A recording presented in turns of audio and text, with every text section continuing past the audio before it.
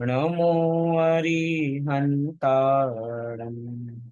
नमो सिद्धाणं नमो आयर्याणं नमो उवझायाणं नमो लोये सव्यसाहूणम्।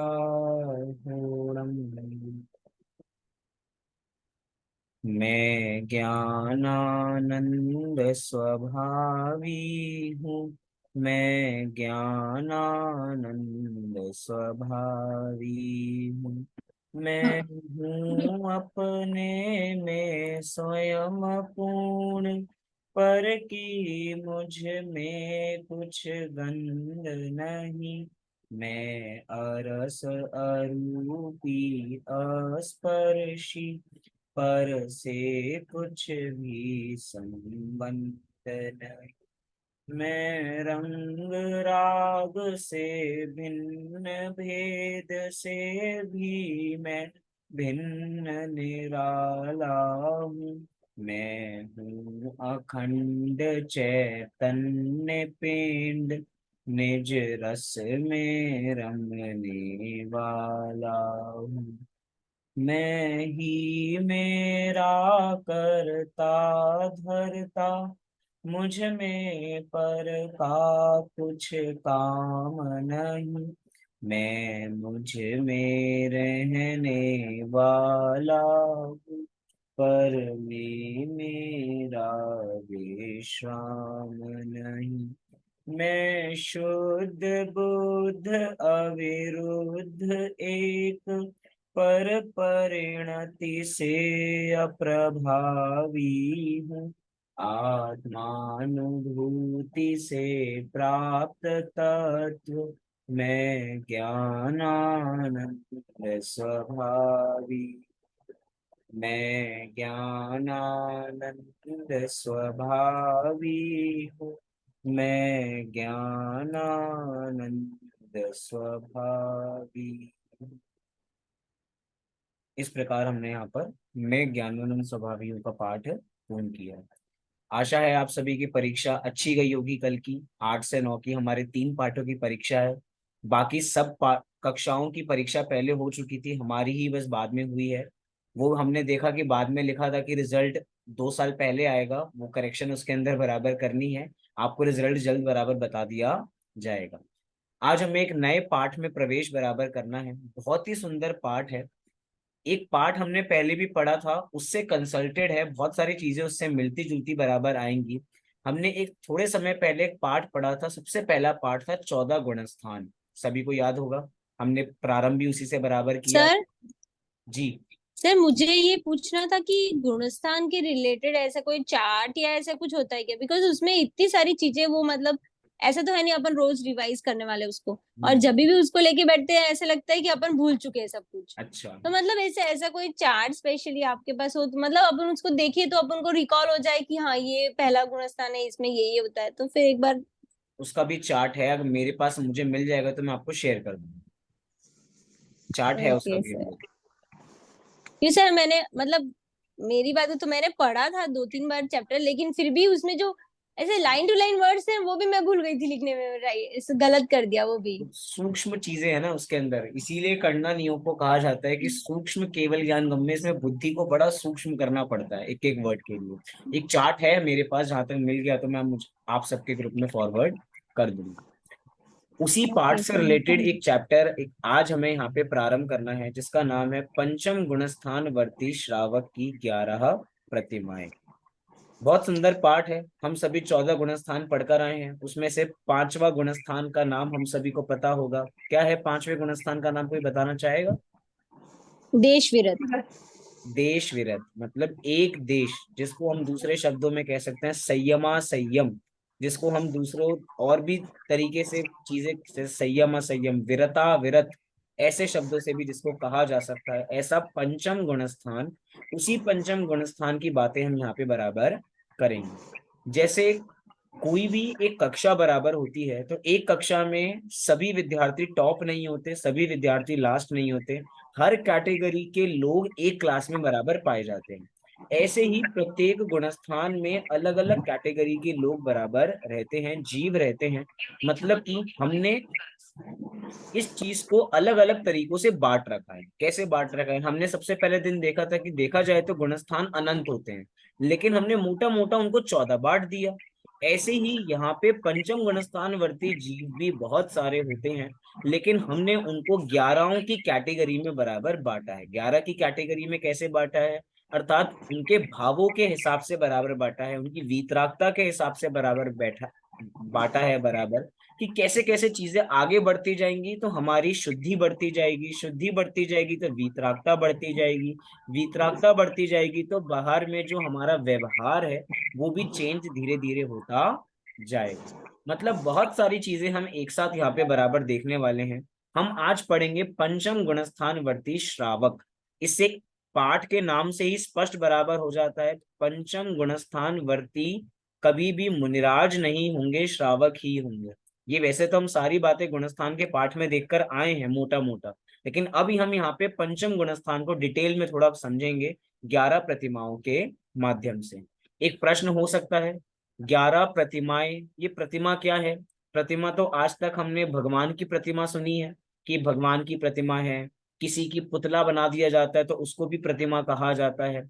लेकिन यहाँ पे प्रतिमा कोई वैसी प्रतिमा नहीं है कि जो मंदिर में रखी जाती हैं, मंदिर में स्थापित प्रतिमाएं हैं। या हमने कभी सुना हो कि भैया ये 5 प्रतिमाधारी हैं, ये 7वीं प्रतिमाधारी हैं। इसका मतलब ये नहीं कि उन्होंने 7 प्रतिमाएं ले रखी है, अपने घर में रख रखी हैं या मंदिर में विराजमान करा रखी हैं।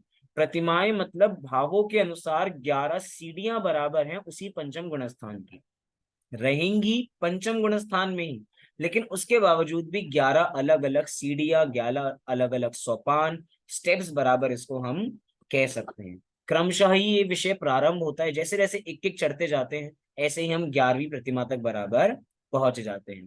जल्दी से विषय को प्रारंभ करते हैं। मैं यहाँ से, आप सभी को पीडीएफ दिखाई दे रही होगी। इसमें प्रारंभ में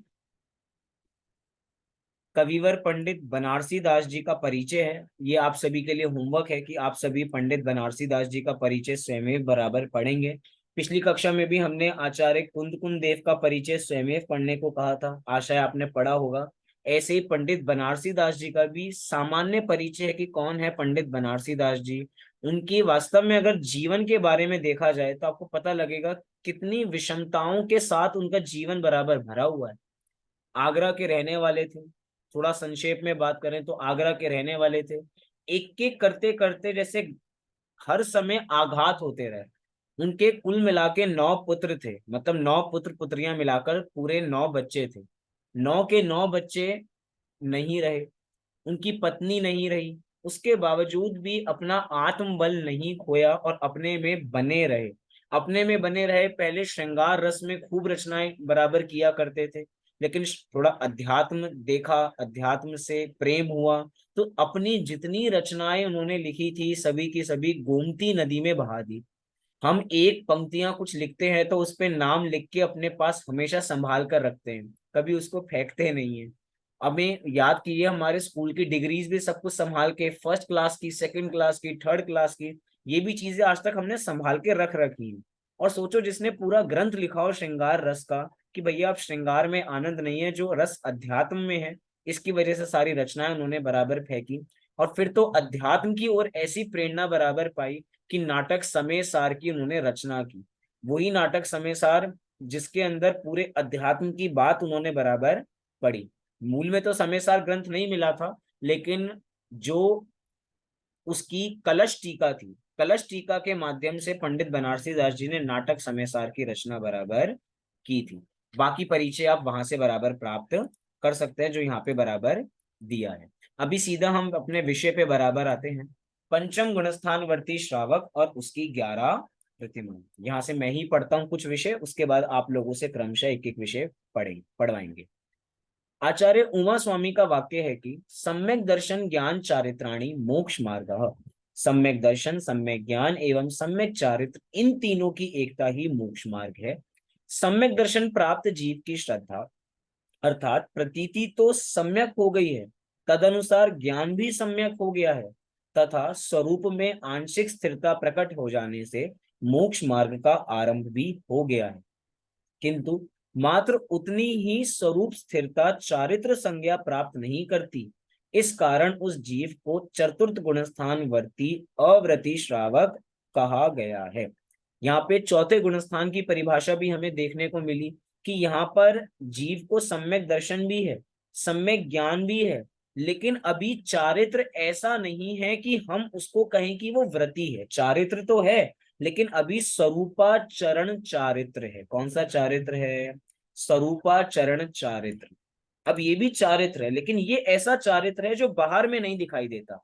अभी तक हमें चारित्र वो है जो हमें बाहर में क्रिया में नजर आए, कोई कुछ कर रहा है तो नजर आए, लेकिन वास्तव में क्रिया के अंदर होने वाला चारित्र वास्तविक चारित्र नहीं है। अपने स्वरूप की रमणता और स्वरूप में ही लगे रहना, इसी का नाम चारित्र है। लेकिन अभी चौथे गुणस्थानवर्ती जीव है, इसकी वजह से चारित्र नाम बराबर नहीं पा पाता। लेकिन अब क्या है? उक्त चतुर्थ गुणस्थानवर्ती श्रावक विशेष पुरुषार्थ पूर्वक स्वरूप स्थिरता अर्थात लीनता बढ़ाकर पंचम गुणस्थान प्राप्त करता है। पॉइंट टू बी नोटेड, चौथे गुणस्थान से पंचम गुणस्थान में आने के लिए हमें पुरुषार्थ लगता है, क्रियाकांड नहीं लगती है। अभी तक हम सभी को यही, आगे जाकर हम विषय पढ़ेंगे 11 प्रतिमाओं का, तो ये भी पढ़ेंगे कि व्यवहार से प्रतिमाएं क्या होती है, निश्चय से प्रतिमाएं बराबर क्या होती हैं। तो व्यवहार से हमें लगेगा कि इस चीज को कर लेंगे तो ये प्रतिमा हो जाएगी, इस चीज को रख लेंगे, ऐसा वेश बना लेंगे तो ये स्वरूप बराबर हो जाएगा। एक अपने मन से एक बार सवाल बराबर कीजिए, मैं जैसे ही एक शब्द कहता हूं ब्रह्मचारी, तो ब्रह्मचारी कहते ही हमारे मन में सबसे पहली इमेज क्या बनती है? सोचिए एक बार।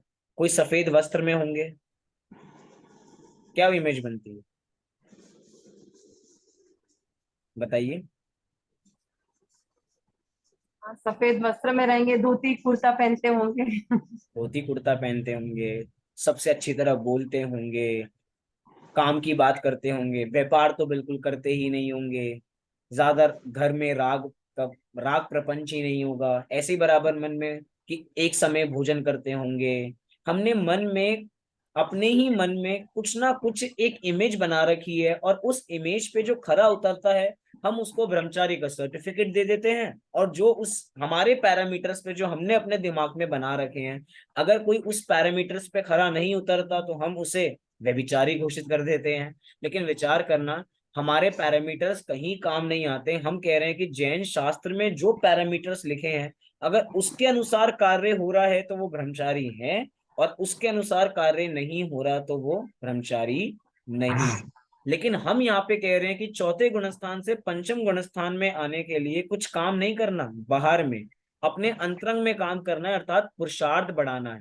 पुरुषार्थ किस चीज का बढ़ाना है? कि अभी तो अनंतानुबंधी चतुष्क का अभाव है, अब हमें अप्रत्याख्यान चतुष्क का भी अभाव करना है। अभी हमें पंचम गुणस्थान इसीलिए प्राप्त नहीं हो पा रहा क्योंकि अभी अप्रत्याख्यान अप्रत्याख्यानावरण कषाय का बहुत जोर है। जब वो कमजोर पड़ेगी और जीव थोड़ा उस पर ताकतवर पड़ेगा तो भैया उस कषाय को हारना पड़ेगा और जीव पंचम गुणस्थान में प्रवेश करेगा। इस प्रकार जो स्वरूप स्थिरता अर्थात वीतरागता की वृद्धि होती है और रागांश घटते हैं, उसे निश्चय प्रतिमा अर्थात निश्चय देश चारित्र कहते हैं। ये एक परिभाषा है जो 11 की 11 प्रतिमाओं पे लगेगी। अभी हम आगे जाके पढ़ेंगे 11 प्रतिमाएं, लेकिन 11 की 11 प्रतिमाओं की एक कॉमन परिभाषा यही है कि स्वरूप स्थिरता की वृद्धि होना। पहली प्रतिमा से दूसरी प्रतिमा में वृद्धि बढ़ जाएगी, दूसरी से तीसरी प्रतिमा में और वृद्धि बढ़ जाएगी, तीसरी से चौथी में वृद्धि बढ़ जाएगी, लेकिन परिभाषा यही रहेगी कि स्वरूप स्थिरता की वृद्धि। स्वरूप स्थिरता माने वीतरागता की वृद्धि। पॉइंट टू बी नोटेड, सम्यक दर्शन जैसा है वैसा ही रहेगा, उसमें कोई बढ़ोतरी नहीं होने वाली है।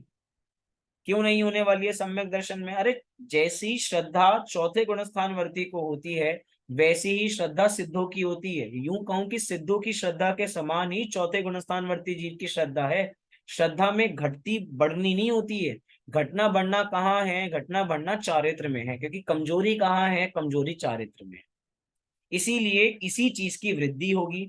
अब वृद्धि हो रही है तो कोई ना कोई चीज घट भी रही होगी। हाँ, घट रही है, हमारा रागांश घट रहा है। जैसे जैसे रागांश कम होता जाएगा वैसे वैसे वृद्धि बढ़ती जाएगी, उसे ही निश्चय प्रतिमा कहते हैं। उसे यथोचित स्वरूप स्थिरता रूप निश्चय प्रतिमा के साथ जो कषाय मंदता रूप भाव रहते हैं उसे व्यवहार प्रतिमा अर्थात व्यवहार देश चारित्र कहते हैं। अब इसके अंदर भी कितनी इंपॉर्टेंट पंक्ति क्या लिखी, उसे यथोचित स्वरूप स्थिरता रूप निश्चय प्रतिमा के साथ। ये नहीं कहा कि व्यवहार प्रतिमा कभी भी अलग से नहीं होगी, होगी तब जब निश्चय प्रतिमा साथ में होगी तब। मतलब जब स्वरूप स्थिरता होगी तब तो व्यवहार प्रतिमा कहलाएगी। कोई कहे कि हमने बाहर में व्यवहार प्रतिमा ले ली तो निश्चय प्रतिमा भी होगी ही होगी, ऐसा होने वाला नहीं है। मतलब निश्चय से एक तरीके से अंतरंग से बहिरंग की व्याप्ति तो है, लेकिन बहिरंग से अंतरंग की व्याप्ति नहीं है। ये पॉइंट हम समझते हैं बराबर, अंतरंग से बहिरंग की व्याप्ति। मतलब कि अगर धुआं है तो अग्नि है ही है, लेकिन अग्नि है तो धुआं हो ही हो ऐसा कंपलसरी नहीं है। ये बात हमें बराबर समझनी पड़ेगी। यही बात यहाँ पे कह रहे हैं, सबसे बड़ा जीव को भ्रम यही है कि हमें व्यवहार से चारित्र तो है, अगर व्यवहार से है तो निश्चय से भी होगा। 10 लक्षण पर्व आ रहे हैं, 10 लक्षण पर्व में अधिकतर सब जीवों को 10 दिन उपवास करने पे अंतरंग से धर्मात्मा वाली फील आती है। आती है नहीं आती कि भैया हम तो भैया त्यागी तपस्वी हो गए, हमने सारा त्याग कर रखा है पूरा। बाकी लोगों को देखो हर समय चाट पकौड़ी खाते रहते हैं, और हमें देखो एक समय खाते हैं, एक दिन नहीं खाते हैं, एक समय खाते हैं फिर एक दिन नहीं खाते हैं। अरे हमसे बड़ा तपस्वी कौन होगा। और तो हमें सो कॉल्ड धर्मात्मा की फीलिंग आती है, लेकिन हम वास्तव में धर्मात्मा नहीं है। क्यों नहीं है? क्योंकि व्यवहार प्रतिमा से निश्चय प्रतिमा की कोई व्याप्ति नहीं है। हम बाहर में काम कर रहे होंगे तो अंतरंग में भी वैसे होंगे। इसको ऐसा भी लगा के देख सकते हैं, जो बाहर में अच्छा बोलते हैं इसका मतलब ये नहीं वो अंतरंग से भी अच्छे हों। मतलब कि किसी की वाणी बहुत अच्छी है तो हमने उसे जज किया, भैया ये तो बहुत अच्छे होंगे बराबर। अरे हमने उसका एक पैरामीटर देखा है, बाहर से बोलने से अच्छे हैं, अंतरंग से देखो कितने बेकार हैं। बाहर में वाणी होने से ही सारी चीजें थोड़ी अच्छी हो जाती हैं। इसका मतलब क्या बात चल रही है कि हमारी बाहर से अंतरंग की व्याप्ति नहीं है, अंतरंग से बहिरंग की व्याप्ति है।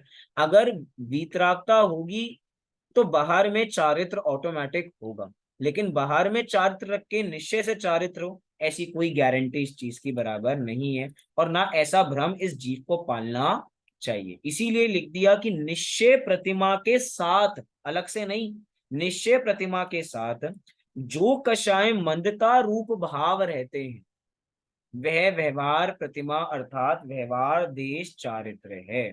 क्यों कषाय मंदता की बात बराबर क्यों की गई? पॉइंट टू बी नोटेड, क्योंकि अभी कषाय मंद है। कैसे कषाय मंद है?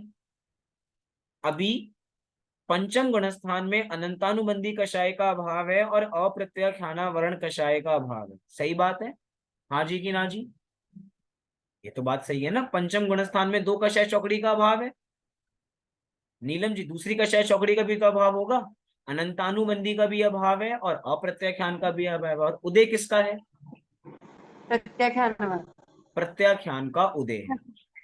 अब जो प्रत्याख्यानावरण कषाय का उदय है उस अप्रत्याख्यानावरण का ही मंद उदय है यहाँ पर।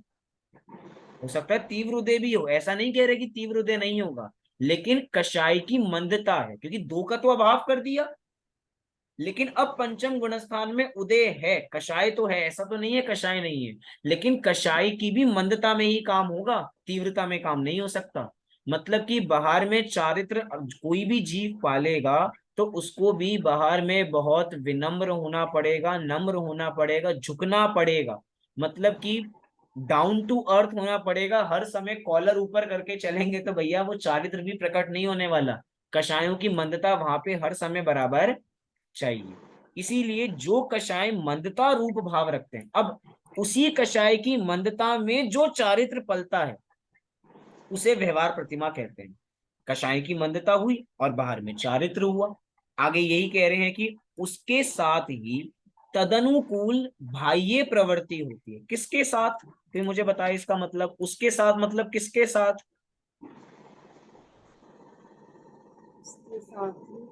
कषाय की मंदता के साथ। बहुत सुंदर। कषाय की मंदता के साथ जो तदनुकूल बाह्य प्रवृत्ति होती है वह यथार्थ में तो व्यवहार प्रतिमा भी नहीं है। क्या कह रहे हैं?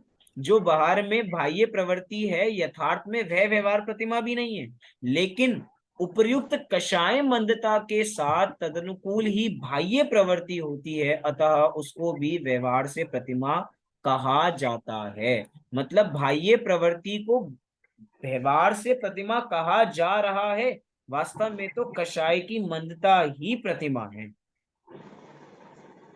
क्या समझ में आया?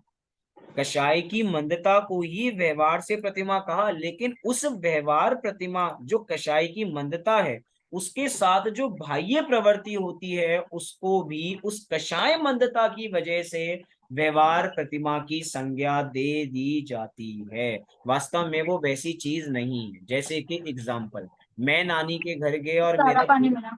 मैं नानी के घर गया और मेरा दोस्त भी नानी के घर गया, तो वहां पे मामा भी थे, तो मैंने मामा को मामा कहा, तो मेरे दोस्त ने भी क्या कहा? मामा ही कह दिया।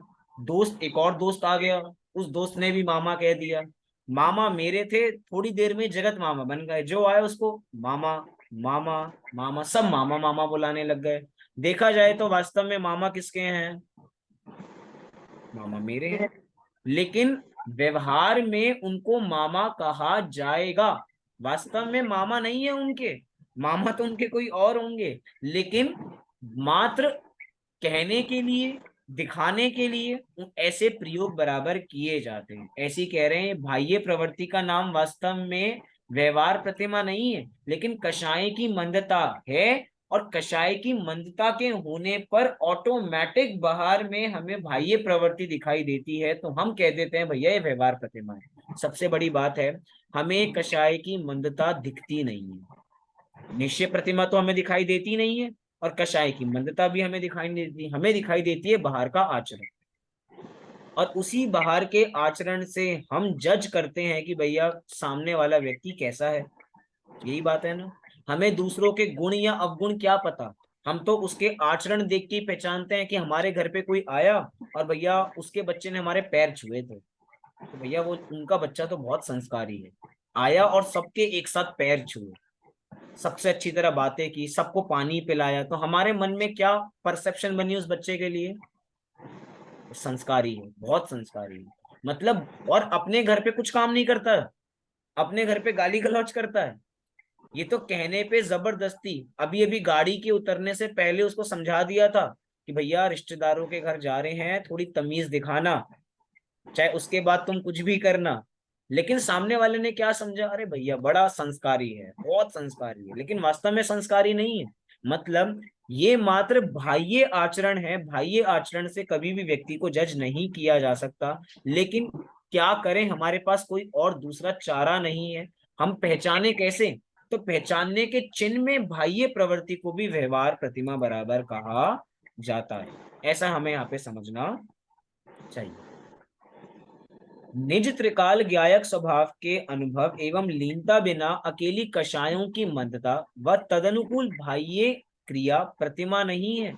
अतः जिसको पंचम गुण स्थान नहीं हो उसको यथार्थ प्रतिमा नहीं हो सकती। कितनी बड़ी पॉइंट कह दिया कि त्रिकाल ज्ञायक स्वभाव, अनुभव और लीनता के बिना मात्र अकेली कषायों की मंदता हो और बाह्य प्रवृत्ति हो, उसका नाम प्रतिमा नहीं है। इसका मतलब जगत में हमें ऐसे ढोंगी बहुत मिलेंगे। ढोंगी से मतलब जिनकी कषायों की मंदता है, बाहर में प्रतिमाएं उन्होंने धारण कर रखी हैं और अपने आप को पंचम गुण स्थानवर्ती बराबर समझते हैं। लेकिन वास्तव में जब तक पंचम गुण स्थान नहीं होगा, मतलब दो कषाय चौकड़ी का भाव नहीं होगा, तब तक ये भाव ही नहीं आ सकते। कषायों की मंदता बहुत काम कराती है, आपको पता है।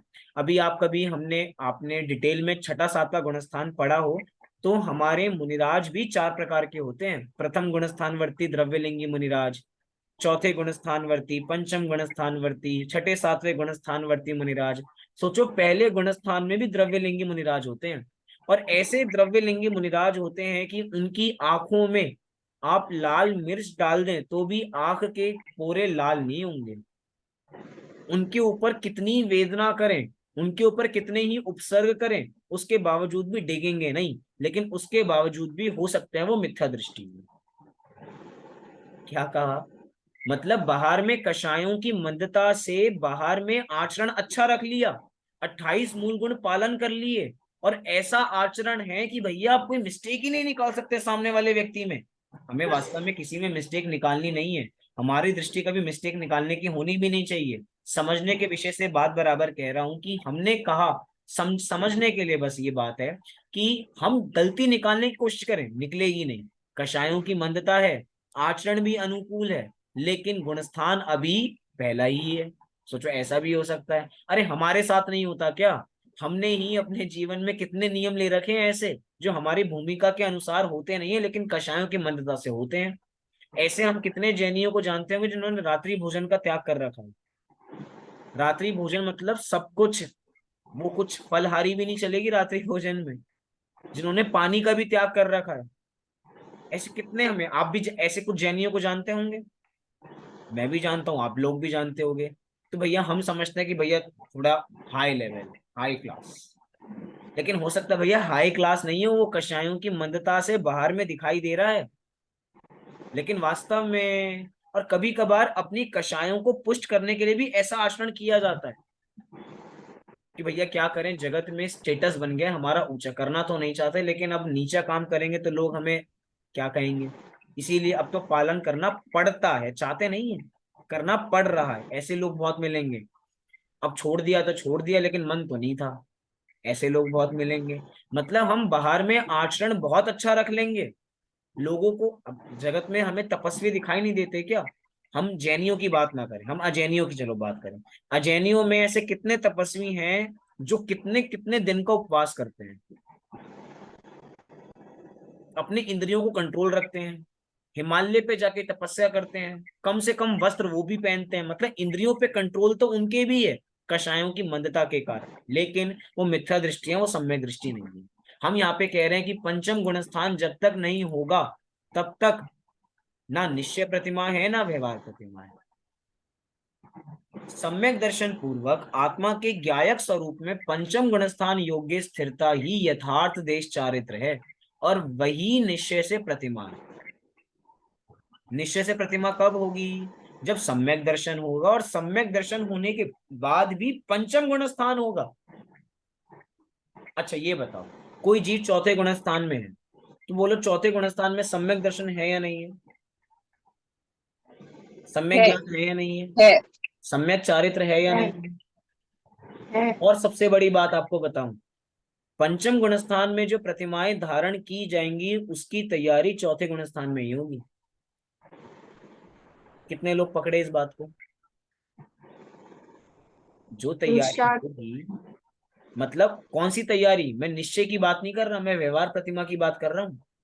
व्यवहार प्रतिमा में जो कषाय। बाह्य प्रवृत्ति दिखाई देती है, उस बाह्य प्रवृत्ति की तैयारी पंचम गुण स्थान में नहीं होगी, चौथे गुण स्थान में ही होगी। लेकिन चौथे गुण स्थान में रहते हुए, उस बाह्य प्रवृत्ति होते हुए भी वो जीव, उसको टैग नहीं लग सकता कि वो प्रतिमाधारी है। समझ में आया इस बात का? कोई बच्चा चौथी क्लास में है और उसको पांचवी क्लास में जाना है, पांचवी क्लास की एंट्रेंस की तैयारी चौथी क्लास में रहते ही तो करेगा ना। तो चौथे क्लास में तैयारी कर रहा है पांचवी क्लास की, तो हम उसको कह दें वो पांचवी क्लास में आ गया? अभी तो चौथी क्लास में ही है। जब तक उसके पेपर नहीं हो जाएंगे, जब तक रिजल्ट नहीं आ जाएगा, तब तक भी फोर्थ में ही रहेगा। लेकिन तैयारी कब की जाएगी? तैयारी पहले की जाएगी, सारी तैयारी पहले की जाएगी। इसका मतलब पंचम गुण स्थान में जो प्रतिमाएं धारण की जाएंगी उसकी तैयारी, अब मैं जो बोल रहा हूँ प्रतिमाएं धारण की जाएंगी, धारण से मतलब मैं बोलना चाहता हूँ बाह्य प्रवृत्ति वाली, तो बाह्य प्रवृत्ति की जितनी भी तैयारी होगी वो अभी से होगी। लेकिन इसका मतलब ये नहीं वो बाह्य प्रतिमा उसकी व्यवहार प्रतिमा हो गई, व्यवहार प्रतिमा नहीं हुई है, मात्र उसको ऐसा टाइटल मिल गया। हम ऐसा कह सकते हैं कि भैया वो द्रव्य लिंगी है अभी, वो वास्तव में भावलिंगी नहीं हुआ। ये पॉइंट सभी को समझ में आ रहा है क्या? हाँ जी कि ना जी? हाँ भी। ऐसे ही कोई मुनिराज छठे सातवें गुण स्थान में सर 28, द्रव्य लिंगी और भावलिंगी का एकदम थोड़ा कॉन्सेप्ट ये बताऊं। हाँ इसी को दोबारा समझते हैं। जैसे कि दूसरा एग्जाम्पल, कोई मुनिराज छठे सातवें गुण स्थान में, 28 मूल गुणों का पालन कहाँ होता है? छठे सातवें गुण स्थान, छठे गुण छठा, स्थान। मतलब मोटा मोटा हम सम्यक दर्शन या असली संतों की बात करें तो छठा सातवां गुण स्थान हम कहते हैं। चलो मान लो छठे गुण स्थान में होता है, ठीक है अभी के लिए छठे गुण स्थान। अच्छा, उसकी तैयारी कहाँ होगी? कोई जीव, और इसमें गुण स्थानों का क्रम अगर आप लोगों ने देखा हो तो कोई भी जीव पंचम गुण स्थान से अगले गुण स्थान में कौन सा जाता है? पांचवे से छठवें में सातवें, जाएगा, सातवें में जाएगा? सातवें सातवें में। में। सातवें में जाएगा। अच्छा, पंचम गुण स्थान में वस्त्र होंगे या नी वस्त्र होगा? वस्त्र होंगे। वस्त्र होंगे। वस्त्र होंगे। अच्छा, अब बहुत छोटी सी चीज आपसे पूछता हूँ, अभी कोई जीव पंचम गुण स्थान में वस्त्र सहित है और एकदम वस्त्र सहित ही कौन से गुण स्थान में पहुंच गया? सातवें गुण स्थान में पहुंच गया, और ये देखा अरे वस्त्र पहन रखे हैं, जल्दी वस्त्र उतारो, ऐसा होगा क्या? भावों से। वो भाव से तो पहुंच, लेकिन भाव से भी तो तभी पहुंचेगा ना जब स्वरूप बाहर में भी तो आचरण वैसा होना चाहिए। ये मैं क्या समझाने की कोशिश आपको कर रहा हूं मैं? भाव तो पहुंच गए, वस्त्र अभी तक अभी नी वस्त्र हुआ ही नहीं। अरे अरे जल्दी से मेरा गुणस्थान बदल गया, जो जल्दी से पांच कपड़े उतारो, जल्दी से दीक्षा, जल्दी केश बराबर करो, ऐसा कुछ होगा बराबर? नहीं। भाव तो जाएंगे ही जाएंगे पांचवें से सातवें में, लेकिन जो 28 मूल गुणों का पालन है वो पंचम गुण स्थान में ही प्रारंभ हो जाएगा। समझ में आया सभी को? हाँ जी कि ना जी? मतलब हाँ मैं जी क्या सर। बात समझाना चाह रहा हूं अब देखना। दूसरी बात, एक बात समझ में आई, अब कोई जीव पंचम गुण स्थान में 28 मूल गुणों का पालन कर रहा है तो हम ये नहीं कह सकते वो मुनि है। समझ में आया? अब बाहर में फोटो खींचो तो हमें नग्न दिखाई दे रहे हैं, 28 मूल गुणों का पालन करते नजर आ रहे हैं, उसके बावजूद भी पंचम गुण स्थान में है। क्यों? क्योंकि वास्तव में गुण स्थान तो कब बदलेगा? जब कषाय चौकड़ी का भाव होगा। जब तीन कषाय चौकड़ी का भाव होगा तभी तो वो मुनि पद में बराबर आ पाएंगे, अर्थात असली भावलिंगी संत हो पाएंगे। बाहर से आचरण रखने मात्र से कोई सच्चे मुनिराज थोड़ी हो जाते हैं, भावलिंगी संत थोड़ी हो जाते हैं। ऐसे ही जो भी आचरण अभी पाला जाएगा, अभी भी पाला जाएगा, वो सारी तैयारी हम आगे की कर रहे हैं, लेकिन इसका मतलब ये नहीं कि अभी हमें प्रतिमा हो गई। प्रतिमा तो तभी होगी जब पंचम गुण स्थान होगा, अर्थात दो कषाय चौकड़ी का भाव होगा, सम्यक दर्शन होगा, सम्यक ज्ञान होगा, और पंचम गुण स्थान के योग्य स्थिरता होगी। कोई जीव चौथे गुण स्थान में है, सम्यक दर्शन है, सम्यक ज्ञान है, चारित्र है, लेकिन पंचम गुण स्थान के योग्य चारित्र नहीं है तो प्रतिमा नहीं हो सकती। और वही निश्चय प्रतिमा है, वह आत्मानुभव के बिना संभव नहीं है। अविरत सम्यक दृष्टि, चतुर्गुण स्थानवर्ती श्रावक का स्वरूप पंडित बनारसी दास जी इस प्रकार लिखा है। क्या लिखा है? सत्य प्रतीति अवस्था जाकी, दिन दिन रीति गहे समता की, छिन छिन करे सत्य को साको, समकित नाम कहावे ताको। आगे भी देखते हैं। सत्य प्रतीति अवस्था जाकी, दिन दिन रीति गहे समता की, छिन छिन करे सत्य को साको, समकित नाम कहावे ताको। अब यहाँ पे चौथे गुणस्थानवर्ती सम्यक दृष्टि जीव की अवस्था बराबर समझाइए। अगर शब्द ही हम समझे तो बहुत सरल है, सत्य प्रतीति अवस्था जाकी। सत्य प्रतीति मतलब सम्यक दर्शन हो गया, प्रतीति माने क्या होता है? सम्यक दर्शन। दिन दिन रीति गहे समता की, हर दिन, दिन दिन मतलब प्रतिदिन, क्या है? समता है। समता है मतलब साम्य भाव है। साम्य भाव है मतलब मध्यस्थ भाव है, तटस्थ भाव है, ना राग है ना द्वेष है, लेकिन किसके योग्य? चौथे गुण स्थान के योग्य। छिन छिन करे सत्य को साको, संकित नाम कहावे ताको। किसका नाम संकित कहाता है? जो सत्य को साको, अर्थात छिन छिन, धीरे धीरे कहें। छिन छिन के मतलब माध्यम से, कि कोई चीज छिन छिन हो रही है, धीरे धीरे सत्य को साको, अर्थात सत्य को प्राप्त करते हैं, और उसी को नाम क्या कहलाता है? समकित नाम कहावे ताको। उसी का नाम समकित, समकित से माना कहना चाहते हैं समकिति। समकिति माने सम्यक दृष्टि। ये पंडित बनारसी दास जी की कुछ पंक्तियां वास्तव में ऐसी हैं जैसे आजकल बॉलीवुड के गाने हम गुनगुनाते रहते हैं ना, उस जमाने में पंडित बनारसी दास जी ने अपनी उसमें लिखा अर्थ कथानक में कि ये सारी चीजें ऐसी हैं जैसे लोग गाने गुनगुनाते थे उस समय आगरा की गलियों में पंडित बनारसी दास जी की पंक्तियों को लोग गुनगुनाते थे। इतनी सरल भाषा उस समय उनकी हुआ करती थी। अभी तो ये हमें थोड़ी कठिन लग रही है, लेकिन 300 साल पहले ये भाषा आम भाषा थी। जैसे आज हमारी ये आम भाषा है ना, ऐसे ये पद्य की भाषा ये उनकी आम भाषा हुआ करती थी। तो उनके लिए तो भैया गाने की तरह ही है बराबर, जैसे वो गुनगुना रहे हैं ऐसे इन चीजों को गुनगुनाया करते थे। देखो इसी का स्वरूप बराबर लिखा, जिसकी प्रतीति श्रद्धा में आत्मा का सही स्वरूप आ गया हो, जिसको सत्य स्वरूप की प्रतीति क्षण क्षण बढ़ रही हो, छिन छिन करे सत्य को साको। तो क्या सत्य स्वरूप की प्रतीति क्षण क्षण बढ़ रही हो, वह दिन प्रतिदिन, दिने दिन दिन लिखा था ना 2 बार, जहां पर भी 2 बार दिन लिखा उसका मतलब होता है प्रतिदिन, हर रोज, दिन प्रतिदिन समता भाव वृद्धिगत हो रहा हो, वह अविरत सम्यक दृष्टि है। और उपयुक्त अनुभूति की नित्य वृद्धिगत अप्रत्याख्यानावरण कषाय के अभाव रूप अवस्था ही पंचम गुण स्थान है। मतलब और इससे अगला स्टेप पे आ गए, और वृद्धिगत कषाय हो गए, दिन प्रतिदिन और समता बढ़ गई, स्वरूप की स्थिरता क्षण क्षण और बढ़ती जा रही है, इसी का नाम पंचम गुण स्थान है। मोटे मोटे शब्दों में कहें तो अप्रत्याख्यान कषाय का अभाव। आगे, चतुर्थ गुणस्थानवर्ती श्रावक को अपने आत्मा के आनंद का साक्षात निर्विकल्प अनुभव तो हो गया है, लेकिन लीन होने का पुरुषार्थ मंद होने से वह अनुभव जल्दी जल्दी नहीं आता एवं बहुत थोड़े काल ही ठहरता है, अथवा इस अवस्था में अव्रत के भाव ही रहते हैं।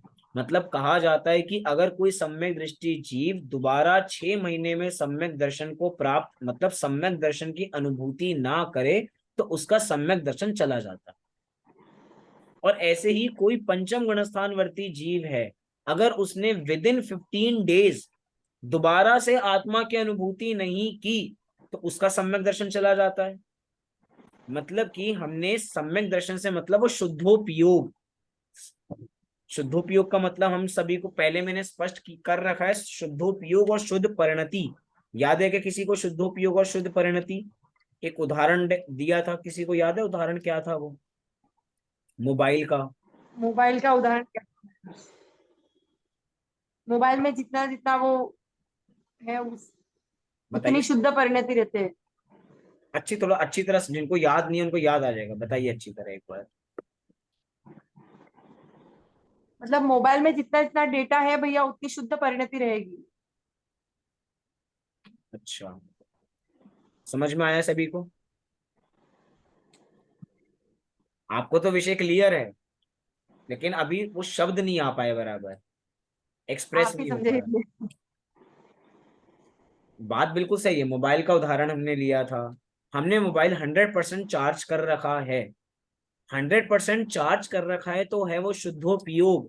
चार्ज से हटाया क्योंकि चार्ज हो गया, तो भैया चली जाएगा ना थोड़ी देर तो।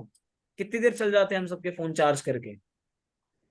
एक दिन चल जाता है, एक दिन चल गया तो 24 घंटे के लिए चल गया, तो 24 घंटे के लिए चला, वो है शुद्ध परिणति।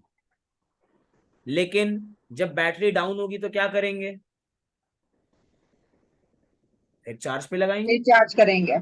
फिर वो चार्ज करना है शुद्धोपयोग, और शुद्धोपयोग से चल रही है शुद्ध परिणति। मतलब हर समय फोन चार्जिंग पे नहीं है, लेकिन एक बार चार्ज किया था तो उस चार्जिंग की बदौलत वो शुद्ध परिणति चल रही है। ऐसे ही कह रहे हैं कि भैया अगर, क्योंकि पहले तो कह रहे हैं ना बहुत थोड़े काल तक ठहरता है, चौथे गुणस्थान का सम्यक दर्शन जो है, मतलब जो शुद्धोपयोग है, कितने थोड़े समय के लिए ठहरता है।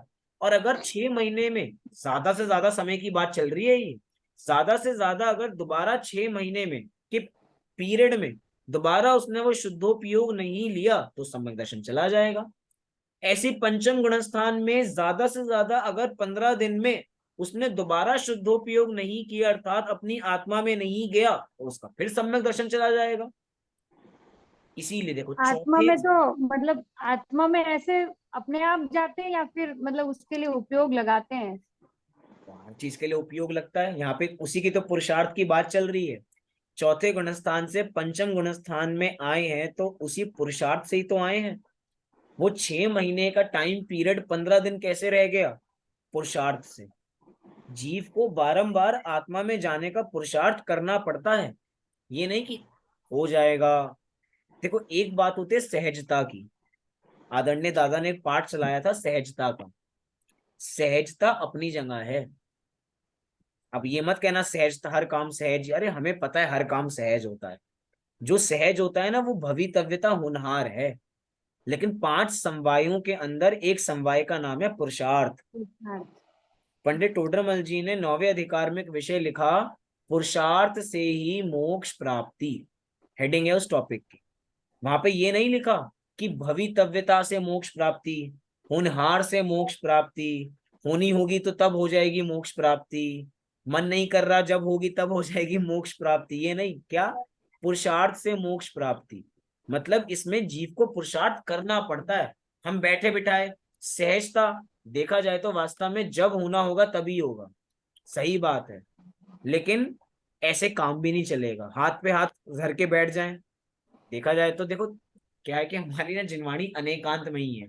मैं कोई भी चीज को गलत नहीं कह सकते, लेकिन हर चीज को कहने की अपेक्षा है। कभी किसी चीज की इंपॉर्टेंस होगी तो कभी किसी चीज की इंपॉर्टेंस है। हम भवितव्यता, पंडित टोडरमल जी ने ही 9वें अधिकार में इसी विषय में लिखा कि भवितव्यता होनहार तो कोई वस्तु नहीं। जो लोग कहते रहते हैं ना होनहार ही ऐसी थी, होना होगा तो हो जाएगा, नहीं होना होगा तो नहीं होगा, ऐसे कहने वालों को कभी मोक्ष की प्राप्ति नहीं होती। पंडित टोडरमल जी कह रहे हैं पुरुषार्थ करो पुरुषार्थ। हमने कहा था जब हम चौथा गुणस्थान पढ़ रहे थे गुणस्थान के विषय में कि भैया सम्यक दर्शन प्राप्त कर लो। बस 10 मिनट है हमारे पास, अभी भी कह रहा हूँ 15 मिनट है हमारे पास, क्लास नहीं अभी तो 20 मिनट है। आप सभी लोग लेट आए थे। 20 मिनट है हमारे पास, सम्यक दर्शन प्राप्त कर लो। तो कैसे होगा? अगर हमारा ये उत्तर होगा होना होगा तो हो जाएगा, हम तो तैयार हैं। अरे तैयार कहाँ हैं? अगर ऐसा एटीट्यूड हम लोगों का है कि होना होगा तो हो जाएगा, तो कभी नहीं होगा। जिस आदमी को बड़ी गाड़ी लेनी होती है ना, वो ये नहीं सोचता कि कब होनी होगी तो हो जाएगी, उसको उसके लिए वैसी मेहनत करनी पड़ती है। जिसको बड़ा घर लेना हो तो उसके लिए उस वैसी मेहनत करनी पड़ती है। ये नहीं लेना आना होगा तो आ जाएगा, नहीं तो भैया साइकिल तो है ही हमारे पास, छोटा घर तो है ही हमारे पास। सोचना पड़ता है, प्लानिंग करनी पड़ती है कि सम्यक दर्शन प्राप्त करना है तो कब तक करना है। मैं कई बार बहुत सारी मोटिवेशनल स्पीच कभी आपने सुनी हो तो मैंने भी सुनी, तो उसके अंदर ऐसा कहते हैं अगर आपको कोई भी अपना ड्रीम पूरा करना है ना तो आप उस पर डेट डालो। डेट डालो मतलब कब तक करना है। अगर आपने डेट डिफाइन नहीं की तो आप कभी उस चीज को प्राप्त नहीं कर पाओगे। मतलब मोटिवेशनल स्पीकर्स ऐसे कहते हैं आपको गाड़ी चाहिए, तो पूरे डिफाइन करते कौन सी गाड़ी चाहिए। आपके ऐसे कोई सपने हैं कुछ ऐसे, कुछ चाहिए हो आप लोगों को? कोई सपना नहीं है किसी का? फिर सम्यक दर्शन की। सम्यक दर्शन का, चलो मैं भी सम्यक दर्शन से पूछ लेता हूँ, कब तक करना है सम्यक दर्शन? कोई एंड डेट? इसी भाव में करना। हाँ इतना बड़ा टारगेट डाल दिया, इस भव में करना है। तो ये तो यही है, होना होगा तो हो जाएगा इस भव में, नहीं तो भैया मजे तो आ ही रहे हैं, खाने को मिल रहा है, पहनने को मिल रहा है, मौज मस्ती चल रही है आराम से। वहां पे कहते हैं डिफाइन करवाते हैं वहां पे पूरा कि अगर आपको गाड़ी चाहिए तो कौन सी गाड़ी चाहिए। अच्छा ये वाली गाड़ी चाहिए, कितने की है? ये इतने की गाड़ी है, कौन से कलर की चाहिए, किस डेट को चाहिए, किस टाइम पे चाहिए, पूरा डिफाइन कराते हैं। आपको लिखवा देंगे भैया पूरा, और लिखो इसको। और जब आज 2023 चल रहा है, 2025 की दिसंबर 31 दिसंबर तक मुझे ये चीज चाहिए ही चाहिए, तो बोलो अब उल्टी गिनती शुरू हुई या नहीं हुई? जैसे जैसे 2025 के 31 दिसंबर तक पहुंचेंगे भैया उल्टी गिनती शुरू हो गई। अब उस व्यक्ति को उस सपने को पूरा करने के लिए मेहनत करनी पड़ेगी। हम कह रहे हैं सम्यक दर्शन प्राप्त करना है तो कब तक करना है? मीना जी का उत्तर नहीं चलेगा, इस भव में करना है। अच्छा, इस भव की क्या गारंटी कब तक है हमारे पास, अगले क्षण तक है या नहीं है, कितने कोई आयु रहेगी या गारंटी नहीं नहीं। रहेगी, कोई गारंटी नहीं है। कोई तो कुछ कुछ तो एम लेके चले भैया। नहीं, इस साल का रेजोल्यूशन है कि भैया इस साल के पूरे होते होते 7 महीने तो गुजर गए, 8वां महीना शुरू हो गया, इस साल के होते होते सम्यक दर्शन प्राप्त करना। बहुत, मैं तो 4 महीने बहुत बड़ा बोल दिया, 4-5 महीने, हमें तो 5 महीनों की भी गारंटी नहीं है रहेंगे या नहीं रहेंगे। इसीलिए कह रहे हैं भैया इस चीज को पूरा करो, वो भी पुरुषार्थ से। ऐसे पूरा नहीं होने वाला, एक बार ठान के बैठ जाओ भैया, करना है तो करना है, और लेके ही उठो। बस सीधी सी बात ये है। यहाँ पे कह रहे हैं तथा इस अवस्था में अव्रत के भाव ही रहते हैं, व्रत परिणाम नहीं हो पाते। कहाँ नहीं हो पाते, चौथे गुणस्थान में। किंतु पंचम गुणस्थानवर्ती श्रावक को अप्रत्याख्यानी रूपी अचारित्र भाव का, यानी कषायों का स्वरूप रमणता के तीव्र पुरुषार्थ द्वारा अभाव कर देने से अनुभव भी जल्दी जल्दी आने लगता है, स्थिरता का काल भी बढ़ जाता है, तथा परिणति में वीतरागता भी बढ़ जाती है। यही कारण है कि साधक जीव की संसार देह भोगों के प्रति सहजी आसक्ति कम होने लगती है, उसके प्रति सहज उदासीनता आ जाती है, उसे उस भूमिका के योग्य अशुभ भाव को छोड़ने की प्रतिज्ञा लेने का भाव होता है, और साथ ही साथ सहज ही बिना हट के बाह्य आचरण में भी तदनुकूल परिवर्तन हो जाते हैं। बिना हट के मतलब जहां कहीं पे भी खींचतान है ना, समझना कि भैया वहां पे कोई ना कोई दिक्कत बराबर है। हम सभी कोई ना कोई नियम धारण कर लेते हैं। जो लोग 10 दिन के लिए आलू छोड़ते हैं ना, वो खींचतान करके आलू छोड़ते हैं। और जहां खींचतान होती है वहां कभी भी उपवास का फल नहीं मिलता। बिना खींचतान के जो चीजें होती है ना, छोड़ दे तो सहज हो जाओ। 11वें दिन अगर आप आलू लेने जा रहे हो तो हम समझेंगे कि भैया आपको उन 10 दिन में भी वही तलब थी उस चीज की, उन्हीं चीजों की वही वैस मतलब कि एक तरीके से उसी चीज की ललक थी कि अभी भी हमें वही चीज चाहिए उन 10 दिन में भी। वो तो बस मम्मी मना करती हैं, घर वालों का जोर है, इसीलिए 10 दिन के लिए छोड़ दिए हमने, आलू छोड़ दिया, गाजर छोड़ दिया। सोच के देखिए एक बार। हम तो ऐसे कि भैया मतलब सौभाग्य है, मतलब एक तरीके से आज तक जमीकन टेस्ट भी नहीं किया, बाई चांस टेस्ट करने को भी बराबर नहीं मिला, लेकिन जिसको मिला। अब बात ये है कि हमारा तो ऑटोमेटिक हो गया कि भैया घर में ही नहीं आता तो हमें नहीं। लेकिन भैया उन लोगों को पुरुषार्थ लगता है छोड़ने में। मैं ये नहीं कह रहा कोई भी चीज नहीं करनी होती है तो भैया ऑटोमेटिक हो जाती है, हर चीज के लिए पुरुषार्थ लगता है, लेकिन जब करोगे तो होगा। लेकिन जब छोड़ दिया तो सहज हो जाओ। जो लोग डायबिटिक्स होते हैं, मतलब जिनको डायबिटीज शुगर होती है, उन लोगों को मीठा छोड़ना पड़ता है नहीं छोड़ना पड़ता, बुद्धिपूर्वक या बुद्धिपूर्वक? अब बुद्धिपूर्वक। बुद्धिपूर्वक छोड़। बुद्धिपूर्वक।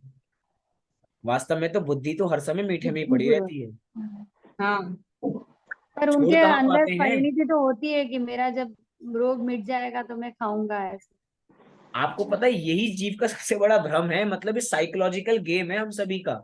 हम जो भी ये सोचता है ना कि भैया हमें शुगर छोड़नी है, मतलब सामने मिठाई आती है और उसका खाने का मन करता है लेकिन खाता नहीं है, आप उस समय उसका शुगर लेवल टेस्ट करो, गारंटीड शुगर बढ़ी हुई मिलेगी। जीव के वास्तव में रियलिटी है ये, भावों के अनुसार हमारे काम होते हैं। हमारे घर में भैया हम सब ठीक है, नॉर्मल शुगर लेते हैं, लेकिन उसके बावजूद भी भाव ऐसे बढ़ते हैं कि भावों की वजह से बीपी बढ़ जाता है, शुगर बढ़ जाता है। बीपी बढ़ने का कोई कारण तो नहीं था, गुस्सा तो नहीं आया हमें, लेकिन बीपी बढ़ गया ऑटोमेटिक। टेंशन, सोच विचार, आधे जितनी बीमारियां हैं वो विचारों की वजह से होती है हम सभी को। विचार ठीक होंगे तो बीमारियां नहीं होंगी हमारी, पॉजिटिव थिंकिंग होगी तो हमें बीमारियां नहीं होंगी। हमारे मुनिराज इतने स्वस्थ क्यों रहते हैं, एक बार सोचो एक बार। उनके पास तो कोई औषधि का कोई काम भी नहीं है ऐसा। हम तो तुरंत डॉक्टर के भागते हैं, 500 रुपए का चढ़ावा देकर आते हैं, उसके बाद भी सही नहीं होते। और वो बिना दवाई के हर समय स्वस्थ रहते हैं, क्योंकि वो मेंटलिटी ठीक है। वो मेंटल, उनका मेंटल पीस है उनके पास, तो ठीक है। हम मेंटली ठीक नहीं है, इसकी वजह से फिजिकली ठीक नहीं है। मतलब बहुत सारी बातें एक साथ इस चैप्टर में चलती हैं। मतलब यहाँ आप कह रहे हैं संसार।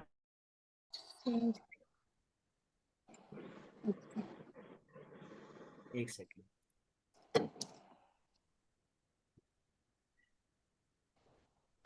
तथा उनके प्रति सहज उदासीनता आ जाती है और उसे उस भूमिका के योग्य अशुभ भाव छोड़ने की प्रतिज्ञा लेने का भाव होता है। साथ ही सहज ही बिना हटके बाह्य आचरण में भी तदनुकूल परिवर्तन हो जाते हैं। फिर आगे इन प्रतिमाओं का स्वरूप बराबर है, प्रतिमा के लिए परिभाषा बराबर दी, इसकी भी बात करेंगे। आपने सुना होगा कि जिस समय राजा ऋषभ देव ने दीक्षा अंगीकार की थी, उस समय 4000 राजाओं ने दीक्षा और अंगीकार की थी। किसको देख के? कि भैया राजा ऋषभ देव दीक्षा अंगीकार कर रहे हैं तो हम भी दीक्षा अंगीकार करेंगे। चलो। राजा ऋषभ देव ने तो भावों के अनुसार दीक्षा अंगीकार की थी, उनको तो वीतरागता वैराग्य आया था तो उन्होंने दीक्षा अंगीकार की थी। 4000 राजाओं को वैराग्य नहीं आया था, 4000 राजाओं ने देखम देखी की थी। इस समय मुनि ऋषभ देव अपनी तपस्या में लीन थे। उस समय 4000 राजाओं को कभी भूख लगे, कभी उनका ध्यान टूटे कि भैया इनका तो ध्यान टूट नहीं रहा और हमें तो बहुत तेज भूख लग रही है, हम क्या करें, हमसे तो होता नहीं बराबर ही है। और बार बार अब उपयोग टूटता, अपने उपयोग आत्मा में नहीं जाता, कोई मतलब पेड़ से फल तोड़ के खाता। मतलब बाद में जो काम देखम देखी होते हैं वो कभी भी सही होते ही नहीं है। मैंने आपको शायद स्टोरी शेयर की हो या नहीं की हो, बचपन में सब लोग घर में 10 लक्षण में कोई ना कोई अपने शक्ति के अनुसार उपवास रखा करते थे कि मम्मी ने एक आसन कर लिया, दीदी ने एक आसन कर लिया, पापा ने एक आसन कर लिया। अब मैं भी हूं भैया, मुझे भी देखम देखी, मैं क्या करूं, मुझे कुछ बताओ बराबर। तो मम्मी ने कहा तू एक काम कर, एक समय तो नहीं, तू 2 समय कर ले, ठीक है। उस समय स्कूल भी जाना है तो भैया 2 समय का नियम ले लिया। लेकिन चंचल स्वभाव कि कोई भी गेट पे आएगा तो सबसे पहले गेट कौन खोलेगा? संभव जैन तुरंत भागेगा और सबसे पहले गेट खोलेगा। स्कूल से आया, खाना खाने के लिए बैठा और बंधा हुआ खाना है, मम्मी ने कहा उठना नहीं बिल्कुल भी, यहाँ पे जो चीज चाहिए तुम्हें यहीं पे लाके मिल जाएगी, लेकिन उठना नहीं है। और जैसे ही बैठा तुरंत घर की घंटी बजी और तुरंत मेरे पैर दौड़े और तुरंत मेरा एक टाइम का खाना पूरा हो गया। उसके बाद नहीं मिला बराबर। अब क्या हुआ? अब नियम तो मैंने फॉलो किया, ऐसा नहीं मैंने दोबारा खा लिया, 2 टाइम था तो 2 टाइम ही खाया, शाम को खा लिया बाद में। लेकिन जब तक वो शाम के खाने का टाइम नहीं हुआ ना, तब तक क्या कषाय हुई, क्या सिर में दर्द हुआ, मम्मी आप मुझे बता नहीं सकती थी या नहीं खड़ी हो सकती थी, आपने ऐसा कर दिया, ये वो, सिर में दर्द बराबर, कषाय बराबर। मतलब इस स्टोरी से मैं क्या बताना चाहता हूँ, कषायों की जहां पे तीव्रता होती है या जहां पे चीज देखम देखी होती है वहां पे व्रत टूटता ही टूटता है। सबसे बड़ी बात, व्रत टूटे या नहीं टूटे, कषाय का बांध तो टूट गया है ना। कषाय का बांध टूटना ही मतलब व्रत का टूटना है। चाहे मैंने दिन में 2 टाइम ही खाया, लेकिन हर समय खाने के परिणाम हुए या नहीं हुए? हर समय खाने के परिणाम हुए। इसका मतलब हम कभी भी कोई भी चीज हट से ना करें। जहां पे कोई भी खींचतान नजर आती है ना, पंडित टोडरमल जी ने जहां तक चौथे अधिकार में बिंदु, चौथे अधिकार में या शायद 7वें अधिकार में लिखा कि जहां पर भी खींचतान वाला बिंदु पे बहुत जोर उन्होंने दिया है कि प्रतिज्ञा टूटने का भय रखना, ये विषय जहां पर है बराबर। कि जब भी आप कोई प्रतिज्ञा लो, कोई भी छोटे से छोटा नियम लो, तो भैया देखम देखी मत लो। अपना द्रव्य क्षेत्र काल आप ऑफिस जा रहे हैं क्या? विचार करो, हम कर सकते हैं या नहीं कर सकते, अपने बारे में विचार करो। रिकॉर्ड बनाना है कि हम सभी को, इसने इतने उपवास किए तो हम इस बार भी इतने उपवास करेंगे। लोगों का उपवास है कि भैया हम हर 10 लक्षण में ना एक आसन करते हैं, इस साल भी हम क्या करेंगे, एक आसन करेंगे। हर बार करते हैं इसीलिए इस बार भी एक आसन करना है, ये कोई तर्क नहीं हुआ। ये तो रिकॉर्ड बनाने, भैया 30 साल हो गए हमने तो एक आसन ही किया है। ऐसा आप में से भी कोई ना कोई होंगे, आपके भी किसी ना किसी ने सुना होगा बराबर, इतने साल से तो भैया हम यही काम करते हैं। अरे भैया खाने पीने के अंदर धर्म नहीं है। ये बोलो हमने पिछले साल एक ग्रंथ का स्वाध्याय किया था, पिछली बार हम 10 लक्षण में 2 समय स्वाध्याय करते थे, इस बार 4 बार करेंगे। ये हो तो कुछ समझ में भी आए। यहाँ चीज बढ़ती नहीं है, वहां चीज स्टेटस बढ़ता जाता है। इन चीज से कोई स्टेटस का मैटर नहीं करता कि हम कितना करते हैं कितना नहीं करते। हो सकता है इस साल शरीर की ऐसी स्थिति नहीं हो कि हम उपवास कर सके, हम तो कह रहे हैं भैया उपवास मत करना, जबरदस्ती कुछ मत करना, लेकिन स्वाध्याय करना। उपवास ही नहीं रहे, खाने पीने को मिल रहा है तो सिर दर्द तो होगा नहीं।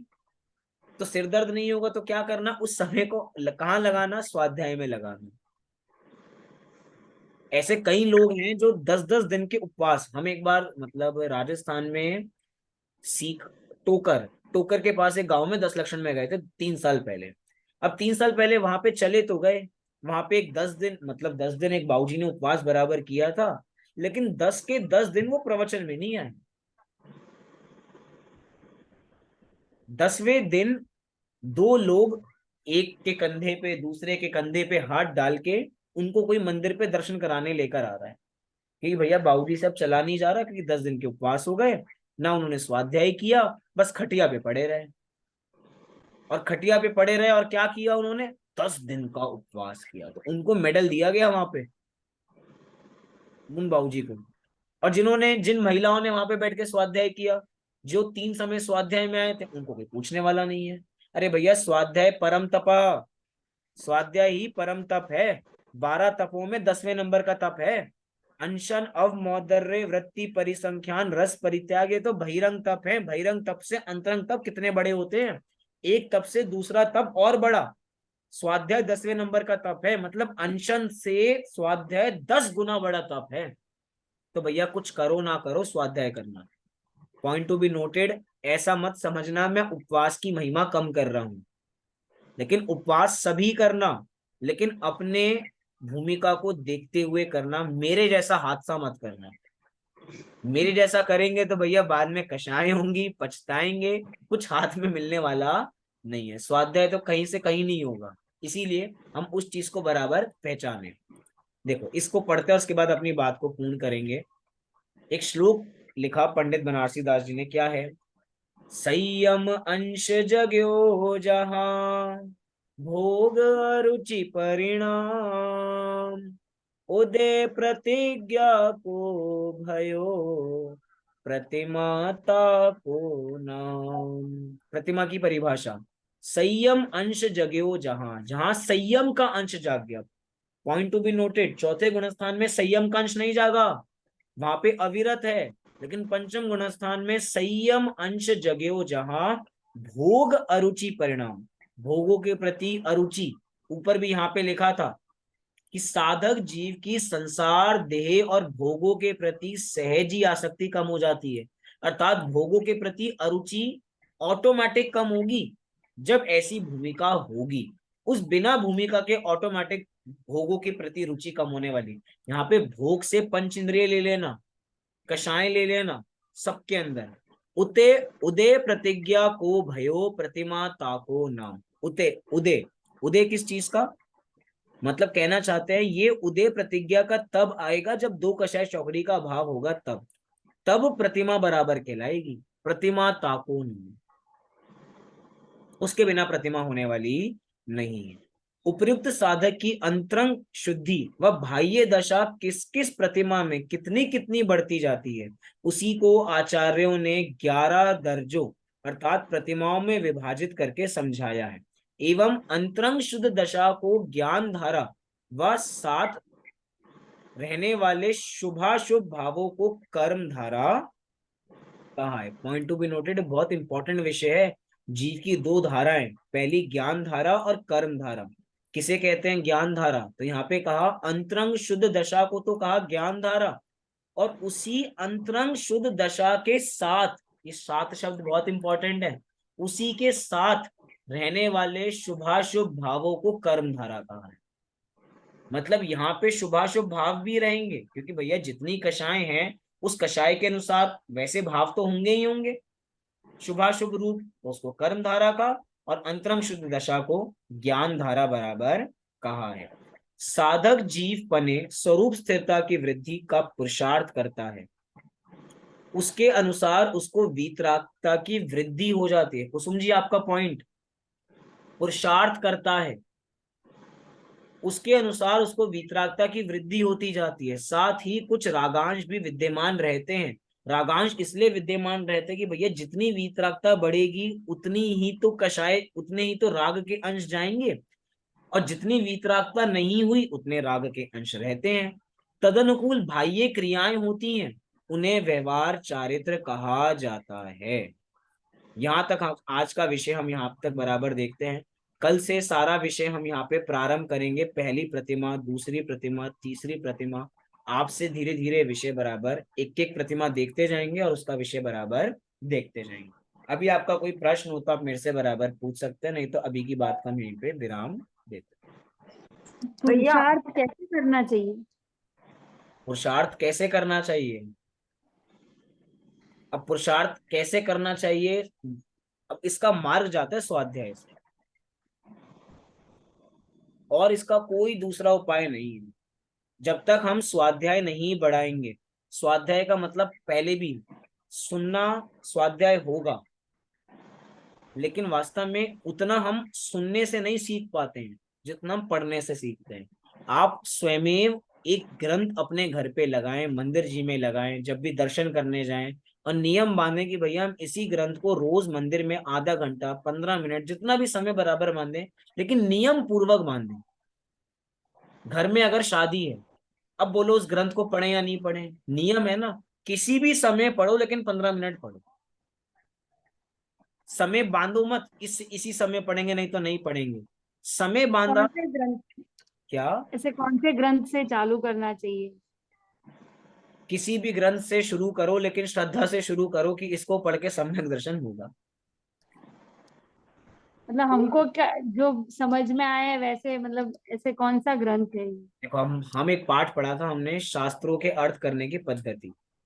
तो जो आपको अच्छा लगता हो, आप 4-5 ग्रंथ छाटो मंदिर जी जाकर, चाहे वो छेडाला हो, मोक्ष मार्ग प्रकाशक हो, द्रव्य संग्रह हो, इष्टोपदेश हो, ये जो भी ग्रंथ मैं बता रहा हूँ प्रारंभिक ग्रंथ है, ये बहुत छोटे छोटे ग्रंथ हैं और कठिन नहीं है बिल्कुल भी। इष्टोपदेश मात्र 58 गाथाओं का, द्रव्य संग्रह जहां तक 108 गाथाओं का, कितने छोटे छोटे ग्रंथ हैं। छेडाला लगा लीजिए, लेकिन क्रमिक पढ़िए बराबर उसको। और जब आपका पूरा क्रमिक स्वाध्याय होगा, और स्वाध्याय को बढ़ाइए, आज 15 है तो कल 20, 20 है तो 25। मात्र सुनने से काम नहीं होने वाला। आज जिनवाणी के श्रोता बहुत हैं, पाठक नहीं है। हमें पाठक तैयार करने हैं, पाठक तैयार हो जाएंगे तो जो पुरुषार्थ की कमी है ना वो दूर हो जाएगी। क्योंकि स्वाध्याय करोगे तो आपको स्वाध्याय करने से कला पता लगेगी कि हमें पुरुषार्थ कैसे होता है। और पढ़ना हो तो भैया पंडित टोडरमल जी ने रहस्यपूर्ण चिट्ठी लिखी है, उस रहस्यपूर्ण चिट्ठी को पढ़ो कि भैया आत्मा में कैसे जाया जाता है, तो वहां पे रहस्य पता लगेगा। बहुत सुंदर चिट्ठी है वो भी, 32-33 पेजों की। भैया जी। वो पूछ रहा था कि जैसे हम अपन तो अभी पहले गुणस्थान में है, हम्म। लेकिन अपने को भाव तो आते हैं कि भाई उपवास करे, कुछ नियम ले, प्रत्याख्यान करे, तो फिर वो व्यवहार से ही मतलब शुभ भाव ही कहलाएंगे ना वो तो। शुभ भावी है। तो फिर ऐसे तो अपन बोलते कि भाई चौथे गुणस्थान वाले को तो व्रत के भाव ही नहीं आते, तो अपने को कैसे आते हैं फिर वो? मतलब?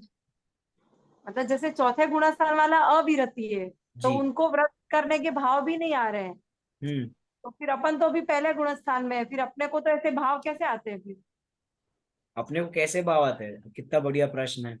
चौथे गुणस्थान वर्ती को भाव नहीं आते, ये कहने वाली बात है। कहने वाली बात है, मतलब हमें अपेक्षा समझनी पड़ेगी। भाव उसको भी आते हैं, लेकिन अभी स्वरूप स्थिरता नहीं है, इसके कारण वो व्रतों को अंगीकार कर ही नहीं पाता। क्या करे, कषायों का जोर इतना है ना, अप्रत्याख्यान कषाय जोर पूरा लगा रही है कि ये चौथे गुणस्थान वर्ती जी व्रत ना कर ले। पर अपने में तो अभी अनंतानुबंधी भी है ना भैया। हम कब कह रहे हैं चौथे गुणस्थान वर्ती जीव भी सब करता है? मैंने यही तो कहा, चौथे गुणस्थान वर्ती जीव भी हमें पांचवी प्रतिमा के योग्य आचरण करता हुआ नजर आएगा, लेकिन वो बाहर में कषायों की मंदता से कर रहा है, लेकिन वास्तव में उसके बावजूद भी वह अव्रती है, क्योंकि उससे मिस्टेक्स होंगी। अभी हम कोई भी नियम लेते हैं तो बिना मिस्टेक के कर लेते हैं क्या? नहीं, वो भाव अभी तो हम, पलट ही जाते हैं अपने। मैं बहुत छोटी सी बात कर रहा हूँ, हम सभी पानी छान के पीते हैं। हाँ, क्या वास्तव में पानी छानना आता है हमें? एकदम प्रॉपर तरीके से तो नहीं होता है। अब फिर अब कहने को तो हम चौथे गुणस्थान वर्ती जैसा पानी छान के पी रहे हैं, तो बोलो हमें हम जो काम कर रहे हैं कितनी मिस्टेक्स करते हैं उसके अंदर। ऐसे ही जो कर रहा है वो कर तो रहा है, लेकिन कहीं ना कहीं उससे कोई ना कोई मिस्टेक होगी। और अगर मिस्टेक नहीं भी हो रही ना, पॉइंट सुनना बराबर, बड़ी बात। कोई पहले गुणस्थान में है और पहले गुणस्थान में रहने के बावजूद भी उसको सब कुछ अच्छी तरह आता है, हम तो कह रहे हैं ना 28 मूल गुण, 28 मूल गुणों का पालन बिना कोई गलती के हो जाती है, बिना अतिचार लगे 28 मूल गुणों का पालन पहले गुण स्थान में हो जाता है। भैया कंट्रोल कर रखी है, बस कषायों को कंट्रोल करके रख रखा है, लेकिन इसका मतलब ये नहीं है अनंतानुबंधी कषाय नहीं है। ऐसी अभी भी हमें अनंतानुबंधी कषाय है, लेकिन अभी मंद है तो हमें लगता है भाव आ रहे हैं। सोचो भाव आ रहे हैं तब भी कर कहाँ रहे हैं? आपने कहा ना भाव आते हैं, आ ही तो रहे हैं। ख्याली पुलाव में तो हमने कितनी बार सारे काम किए, किया कहाँ, लेकिन होगा ही नहीं ना। अच्छा ये बोलो, अभी मैं कहूं कि भैया 7वीं प्रतिमा लेने के लिए तैयार है?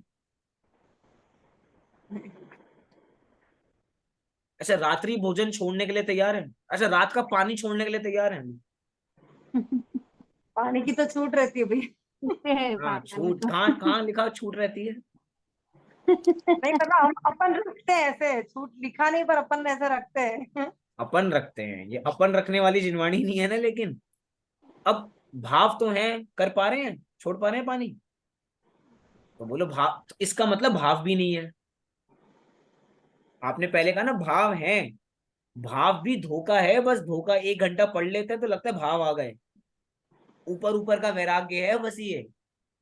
वैराग्य की भैया कहानी जब पढ़ी और ऊपर ऊपर का वैराग्य जाग गया, हमें तो पूरे भाव है। अरे भाव नहीं है, टटोल के देखो। अभी भगवान आकर कहें चलो भैया सबका नंबर आ गया, स्वीटी जी, कुसुम जी, सुरेंद्र जी, मोक्ष चलना है हमारे साथ, चलो। तैयार है चलने के लिए? बस 1 घंटा दे दो भगवान, 1 घंटा बस, थोड़ा काम निपटा ले घर का, चलेगा? तैयार ही नहीं है हम सभी। मतलब बहुत सारी बातें हैं, हमारा पुरुषार्थ की कमी है। वास्तव में हमें भाव भी नहीं आते, भाव आने का भ्रम है कि हमें भाव आते हैं। बहुत सारी बातें हैं, बहुत सारी बात अब कल भी करेंगे। कल 11 प्रतिमाओं को समझना प्रारंभ करेंगे, कोशिश करेंगे कल 11 की 11 देखें एक साथ। मीन जितना हो पाएगा उतना होगा बराबर। चलो अभी की कक्षा को हम यहीं पे पूर्ण करते हैं। सभी को सादर जय श्री। लेकिन भैया जी भाव आने से छूट तो सकते ही हैं। हाँ छोड़ दीजिए। नहीं, भाव आएंगे तो वो बनेगी ना। मैं तो कह रहा हूँ हमें भाव आते हैं तो हम नियम लेते हैं ना, छोटे मोटे नियम हम भी लेते हैं। रात्रि भोजन छोड़ दिया हमने, कुछ लोगों ने 1 महीने के लिए छोड़ा, कुछ ने साल भर के लिए छोड़ दिया, जमीकन छोड़ दिया, भाव आए तो छोड़ दिया। लेकिन उस छोड़ने का नाम चारित्र नहीं है। शुभ उसको भाव शास्त्रों में कहा है। बाल तप। बाल तप मतलब होता है जैसे मेरे से बचपन में गलती थी ना, तो वैसी गलती है ये बाल तप। बाल तप माने अज्ञानियों का तप। तप तो हमें लग रहा है कि हम तपस्वी हो गए, तप कर रहे हैं, लेकिन भैया अज्ञानता में तप कर रहे हैं। बस आचरण करके, सम्यक दर्शन है नहीं, सम्यक ज्ञान है नहीं, और चले हैं भैया चारित्र प्राप्त करने के लिए। पहला सोपान तो प्राप्त करें सबसे पहले, सम्यक दर्शन। पर आप ऐसा बोल रहे थे कि पर आप ऐसा बोल भी नहीं रहे कह थे सकते कि कि डीमोटिवेट करके नियम मत लेना। भाव आते हैं तो नियम लो, कम से कम पाप से तो बचेंगे। इसका मतलब ये नहीं समझना कि भाव नहीं आते कर रहे हैं उसका मतलब नहीं है। अरे कम से कम पाप से बच रहे हैं इसलिए नियम लेते रहना, यही है मतलब। शास्त्रों का बैलेंस समझना पड़ेगा कथन। इसलिए वो पाठ कितना इंपॉर्टेंट था, शास्त्रों के अर्थ करने की पद्धति। मना भी किया जाएगा और कहेगा करो इस काम को। पहले पहले मम्मी मारती हैं और मारने के बाद पुचकारती हैं।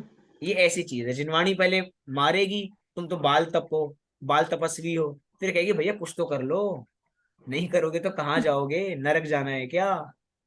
फिर चंडन योग की वजह से कथन किए जाएंगे। बोलो कुछ समझे। मैं बोली थी, आप बोल रहे थे कि साधु भी पांच मतलब पंचम गुण स्थान में होते हैं। तो मतलब जब दीक्षा लेंगे तो ही वो छठे गुण स्थान में आएंगे ना, कि बिना दीक्षा के भी छठे गुण स्थान में चल जा सकते हैं।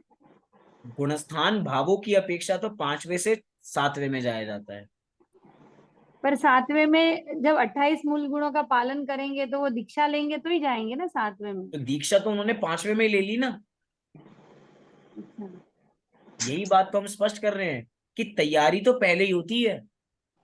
रेस जिसकी 100 मीटर की रेस, नीरज चोपड़ा जो भाला फेंकता है बार बार, उसकी तैयारी कहाँ करता है? तैयारी पहले करता है ना, तभी तो वो भाला फेंक कर रिकॉर्ड बना पाता है। तैयारी बात के लिए है, लेकिन तैयारी उसकी पहले कितनी बार की जाती है। इसलिए जो प्रैक्टिस है, जो 28 मूल गुण है वो पहले से ही सब कुछ तैयारी हो गई, अब तो बस इंतजार है कि तुरंत हमारे 3 कषाय चक्री का भाग हो, शुद्धोपयोग हो, और जब बाहर आए तो सीधा आचरण शुरू हो हमारा। कोई जीव 5वें से सीधा 7वें में पहुंचा, तो 7वें से अब कहाँ आएगा? छठे में। और छठे में 28 मूल गुणों का पालन होता है। 28 मूल गुणों का पालन के लिए तैयारी कहाँ होगी फिर? जब 5वें से 7वें में जाना है, सीधा 7वें से 6वें में आना, तैयारी 5वें में हुई। लेकिन 5वें में 28 मूल गुणों का पालन करते हुए भी वे सच्चे मुनिराज नहीं है, ये बात समझनी है। क्योंकि मुनिराज कब होंगे? जब 3 कषाय का अभाव हो। आज लग रहा है कि आज कुछ क्लास हुई है, कुछ प्रश्न है ना आप सभी के? सर सभी सहज मतलब चले जाते हैं बिना पुरुषार्थ के। सर मतलब सम्यक दर्शन के बिना व्यवहार से भी व्रत नहीं है क्या? नहीं, तभी वहां पे लिखा था निश्चय के साथ। व्यवहार है। अब साथ है ही नहीं किसी का, तो कैसे काम चलेगा? अकेले अकेले उसको व्यवहार से व्यवहार कहा भी नहीं जा सकता। चलो कम से कम मैंने व्यवहार तो कर लिया ना, निश्चय भी कर लूंगा। कई लोग ऐसे मिलेंगे कि भैया मैंने व्यवहार से चारित्र तो पाल लिया, समय आएगा तो निश्चय से भी कर लूंगा। अरे भैया तुम उसको व्यवहार भी कैसे कह रहे हो? निश्चय होने पे ही व्यवहार को व्यवहार कहा जाता है। बिना निश्चय व्यवहार का नाम व्यवहार ही नहीं पड़ता। ऐसी बात है। चलो, कोई प्रश्न किसी का? चलिए, अभी के लिए सभी को सादर जय श्री। कल इसी जय जय समय हमारी श्री दोबारा मुलाकात।